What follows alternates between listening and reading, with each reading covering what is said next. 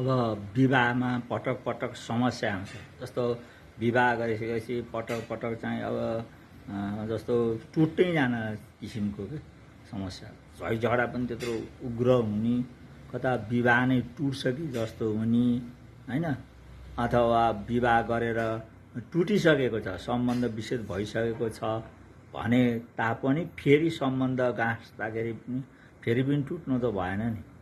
हो त्यस्तो समस्या पर्यो भने अब फेरि त्यस्तो समस्या आइ नपरोस् भन्नको लागि पनि अहिलेको उपाय प्रभावकारी हुन्छ होइन। त्यो जस्तो जतिखेर जस्तो अब हुन्छ नि, पहिला पहिलाको जमाना जस्तो अब एउटा बिहा गर्यो त्यो पनि हिँड्ने, अर्को बिहा गर्यो हिँड्ने, अब यस्ता हुन्छ नि। यस्तो भए पनि होइन, त्यो त अब छोरी मान्छे हिँडे, छोरा मान्छेले बिहा गर्दाखेरि भन्ने कुरो भए चाहिँ छोरी मान्छेको पनि त्यही हालत हुन्छ। अहिले अब शादी टुट्यो, अब फेरि पनि अर्कोतिर अर्को बिहा गऱ्यो भने पनि त्यो टुट्दैन भने के विश्वास छ, के ग्यारेन्टी छ भने त्यस्तो समस्या पनि के त्यो समस्या नआओस्। एकचोटि पर्यो अब फेरि नपरोस्, फेरि नटुटोस्, अब सम्बन्ध गाँसियो भने अब राम्रो हुँदै जाओस् भन्नको लागि चाहिँ के गर्ने भन्दाखेरिमा आइतबार सूर्य उदय भएपछि 1 घन्टा भित्रमा होइन, सूर्य उदय कति बजीतिर हुन्छ, अब मानव अब 5:30 बजीतिर हुन्छ भने 6:30 बजे भित्रमा चाहिँ उपाय गर्नु पर्यो। के उपाय गर्ने भन्दाखेरिमा तामाको कचौरा लिने होइन, तामाको कचौरा लिने, त्यो कचौरामा एउटा सिक्का राख्ने अनि घिउ राख्ने, घिउ पगालेको र घिउ राख्ने त्यो कचौरामा। अनि त्यसपछि घिउ चाहिँ जस्तो पुरै भरि चाहिँ पुरै भरि पनि गर्नु पर्दैन, तर चाहिँ भरि चाहिँ भरि नै हुनुपर्छ अनि भर्ने।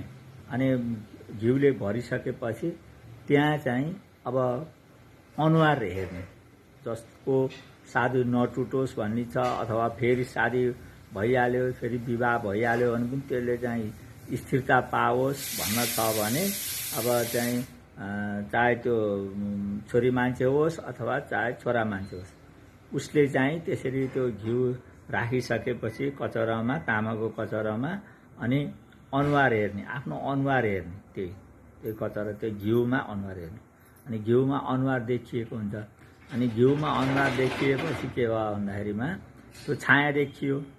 छाया दान त एकदम महान दान हो होइन। अनि त्यो समस्या छ, जुन समस्या आइपरिरहेको छ त्यो समस्या त्यही घिउमा जान्छ। त्यो छायामा हेरेपछि आफ्नो अनुहार हेरेर ऐना हेरे चाहिँ हेर्ने हो कि देख्ने। अब बढीमा 5 मिनट भन्दा लगातार हेर्नु पर्दैन। अब 5 मिनट नसके पनि जो चाहिँ गर्नु, अब चाहिँ झ्याप्प हेरेर नछोड्नु होइन। अब जति सकिन्छ त्यति चाहिँ गर्नु हेरेर। अनि त्यही भाँडैसित दान दिने। त्यो कचौराको त्यो पिठमा एउटा सिक्का राख्ने त भनिसकियो होइन। अनि त्यो भाँडैसित दान गर्ने। दान गर्दाखेरि कसलाई गर्ने, भेटे चाहिँ गरिबलाई दान गर्ने, नभेटे चाहिँ मन्दिरमा लगेर दान गर्ने हो भने त्यस्तो समस्या फेरि आउँदैन भन्ने हुन्छ। हस्त है, थ्याङ्क यू।